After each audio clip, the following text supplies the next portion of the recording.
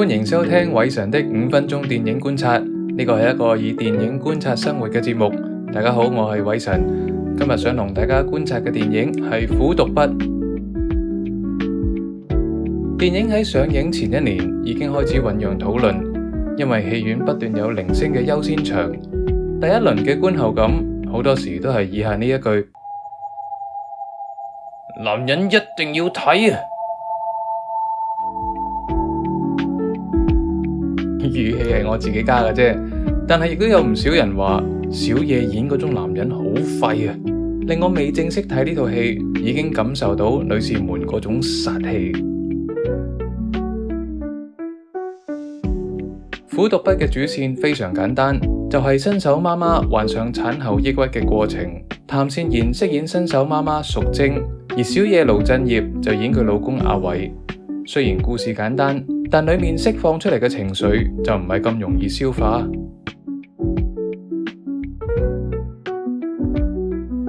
首先呢度係一套悲劇嚟嘅，淑貞同阿偉一直都好想生小朋友，計劃6年，佢哋終於生咗晴晴。但淑貞冇諗到呢份本應係天賜嘅禮物，會為佢帶嚟無盡嘅困擾，更令佢覺得漸漸失去自我。淑貞除咗面對好多孕婦產後嘅生理問題，最核心嘅問題有2個：一係 BB 不停喊，令佢冇辦法休息；二係做咗媽媽，令佢嘅事業陷入停頓。BB 喊嘅問題，相信就算未生過小朋友，都好多人聽過。而套戲令人最心痛嘅係淑貞得唔到身邊人喺心靈上以至實際上嘅支援。例如奶奶成日質疑晴晴比同齡嘅人瘦弱，係因為淑貞懷孕期間冇管理好身體。媽咪勸淑貞做咗媽媽就要犧牲，唔好回望返做女嘅時候。馮素波飾演嘅保姆薰衣係最幫到淑貞嘅一個，但可惜佢要移民。而女觀眾最容易記得嘅就係身為丈夫嘅阿偉忽視淑貞對佢嘅需求，好似淑貞嘅泵奶器壞咗，講咗幾次，阿偉都唔記得拎去整，最後要淑貞自己拎去整返好。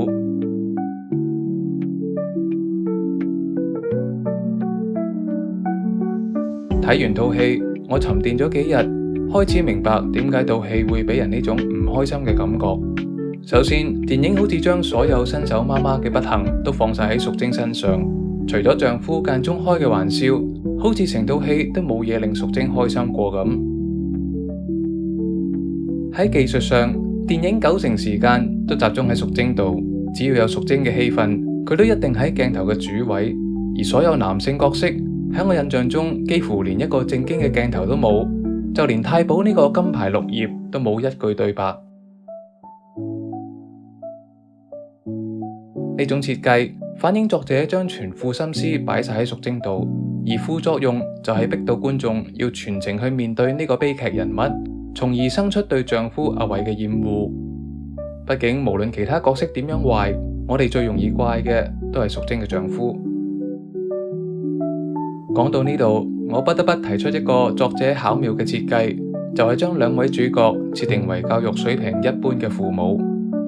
阿偉係送貨司機，淑貞係麵包師傅，2人住喺村屋，出入主要喺元朗。呢個人物設定令淑貞遇到嘅問題好似變得順理成章咁。我自己所認識嘅現代父母，好少會喺生小朋友之前完全冇了解過做父母要面對嘅問題。相反，佢哋仲會有好多身心上嘅準備。其實喺睇虎毒筆嘅過程，作者傳遞對男性主義嘅反感同埋對職業女性嘅維護，我係感受得幾強烈嘅。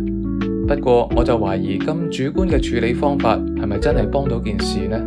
畢竟呢一個係好嚴肅嘅話題，而呢個係虛構嘅故事，喺表達作者意圖嘅同時，係咪應該揾返至少嘅平衡呢？喺 Thread 上面，我睇到一句說話：如果我要希望，我唔會入戲院，我會買6合彩。雖然呢句冇講得好明白，但我估係回應好多人覺得電影應該要俾人希望嘅呢一種講法。我亦都想回應一句，觀眾入戲院又係咪為咗了解社會現實呢？呢個問題就交返俾大家諗啦。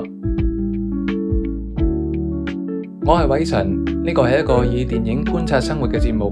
多謝你嘅收聽，下次再見。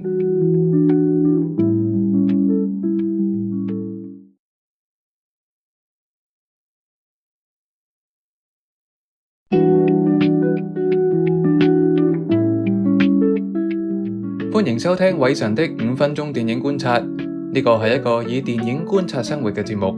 大家好，我係偉臣，今日想同大家觀察嘅電影係《賭破法蘭克》。故事講述4個有犯案背景嘅年輕人，因為覺得社會冇出路，於是諗到成立網上頻道法蘭克，做個打劫界嘅 KOL 嚟引起社會關注。由於片長只有88分鐘，入場之前我曾經擔心呢部電影會唔會唔夠內容呢？但原來電影涉及嘅話題非常豐富。首先，譚善言飾演嘅紀月係一個非常仇富嘅人，成日覺得上一代霸住個世界。戲入面暗示過佢嘅閨蜜嘉琪係俾有錢人逼死嘅，而佢亦喺故事開始之前因為疑似被性侵而將個有錢人打到重傷。另一個女角楊思穎飾演嘅高冷型罪犯 Chelsea， 表面係 part-time girlfriend， 其實同岑嘉琪飾演嘅陶俊係一對迷魂黨組合，經常落藥迷魂有錢人，然後影裸照勒索佢哋。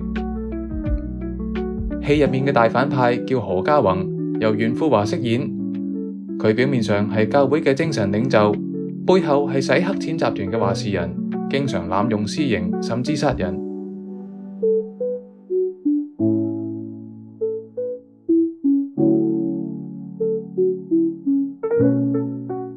淨係聽到呢度，已經可以發現電影提到好多社會議題，仇富啦、世代矛盾啦、PTGF、教會腐敗，仲有喺介紹故事嘅時候提到嘅網紅文化。紀月覺得而家嘅新聞鼓吹歌舞升平，就算佢哋將打劫嘅片放上網，都唔會俾人報道。呢一種諗法都隱藏住對社會嘅批判。可惜嘅係，呢啲題材喺戲入面大部分都只係輕輕帶過，欠缺一個清晰嘅思路或者執行過程，令觀眾冇辦法好好咁了解角色嘅心境，影響咗故事嘅說服力。例如紀月對社會嘅不滿，點樣可以透過法蘭克去改變呢？識有富豪嘅手法同埋構思又係點嘅呢？而一班主角仇恨嘅對象，代表住上流社會偽善一面嘅何家宏。喺戲入面，除咗用一種好刻板嘅形式講到佢壞事做盡咁之外，其實冇一幕可以展現到佢絕對嘅邪惡。缺少咗呢一幕，就令觀眾冇辦法同情主角嗰邊啦。事實上，故事嘅推進，即係由一個階段發展到另一個階段嘅過程，好多時都俾人一種粗枝大葉嘅感覺，影響咗觀眾投入。例如一開始法蘭克係用煙霧彈打劫嘅，到戲嘅中段竟然可以變成揸機關槍同警察駁火。原本只有4個成員嘅法蘭克，到片尾嘅時候突然變成10幾20人，中間只係用咗蒙太奇嚟解釋。4大主角入面有2個係冇結局嘅，而法蘭克呢個團體到最後就被升華到好似一種 V-SAT 咁嘅精神符號，遠遠高層次過佢哋實際做過嘅嘢。越睇到後面，電影就越有種趕住收工嘅感覺，用草草收場嚟形容呢部戲，我諗都係個客觀嘅用詞。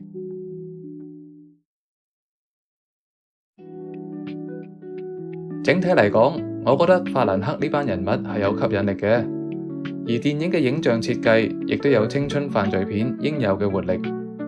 不過劇情上唔通順或者粗疏嘅地方都幾明顯，所以好難令人好滿足咁離場。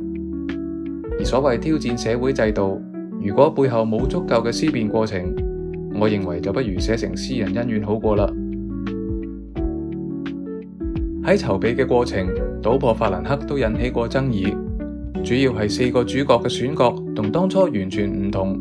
作為有眾籌而成功開拍嘅電影，製作人有欺瞞支持者之嫌。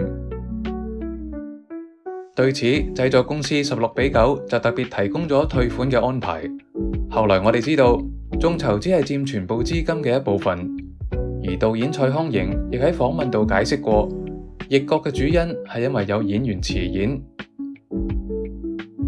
歷史係冇如果嘅，反正我就覺得而家4個選角幾恰如其分啦。